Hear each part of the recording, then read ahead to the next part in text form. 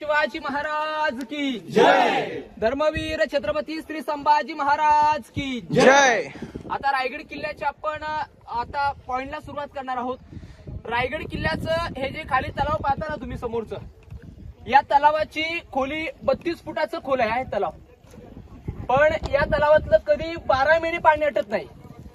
तुम्ही महाराजांच्या राज्याभिषेकाचं पोस्टर सर्वांनी पाहिलं असेल बघा. पोस्टर मध्ये महाराजांच्या राज्याभिषेकाला बघा काशीवरून बघा गागाभट्ट आले होते. पंडित यात्रा करून महाराजांच्या राज्याभिषेकाला 6 जूनला गागाभट्ट रायगडावरती आले. राजांना अभिषेक घातला. अभिषेक घालून जे उर्वरित पाणी जे उरलं ते या तलावामध्ये ओतलं गेलं. म्हणून या तलावाचं नाव आहे गंगासागर तलाव.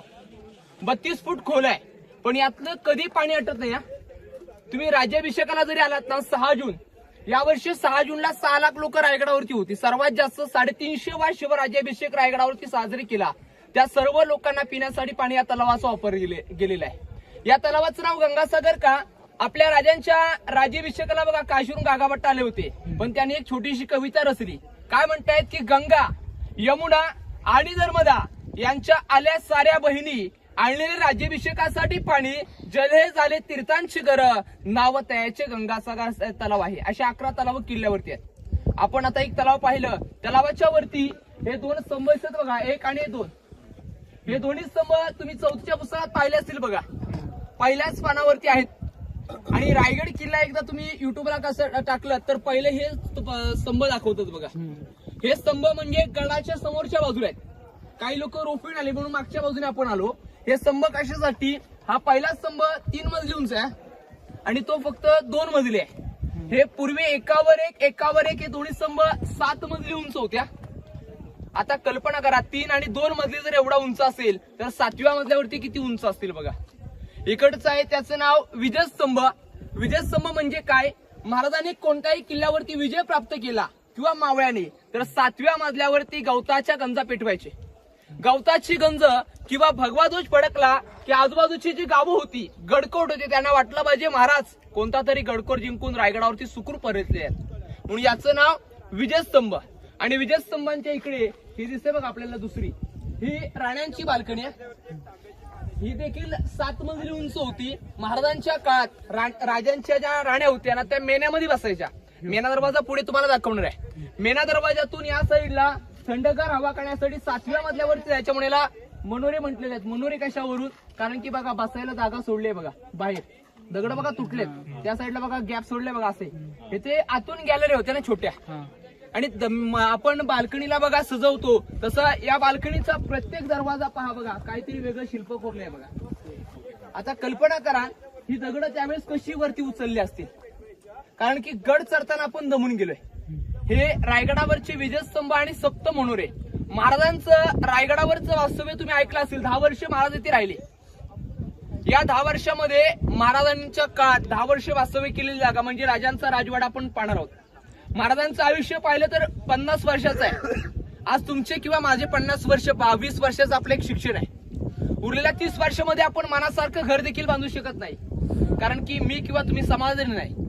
महाराजांनी 50 वर्षामध्ये 350 किल्ले जिंकले आणि 18 पगड जाती एकत्र राहून एक हिंदवी स्वराज्य स्थापन केलं. तो महाराजांचा राजवाडा पाहण्यासाठी आपण नंतर पुढे जाणार आहोत.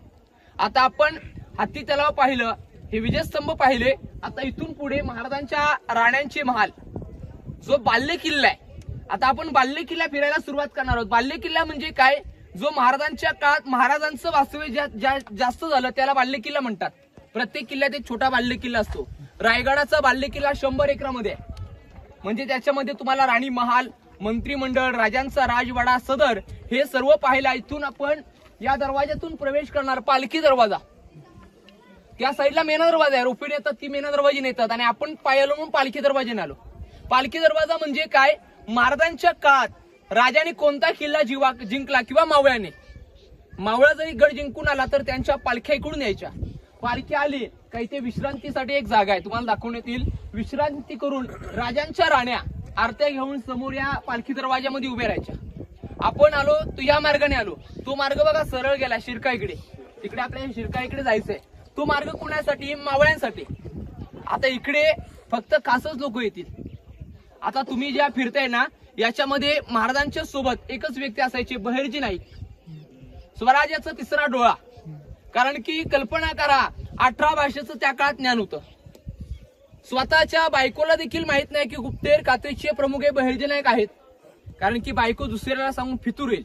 फितोरी स्वराज्याला आपल्या राजांना जमणारी नव्हती, म्हणून महाराजांच्या काळात गुप्तहेरांचं कार्य खूप मोठं होतं. बघा काय असे तुम्हाला दरवाजे लागतील बघा, असे बघा गॅप सोडले बघा.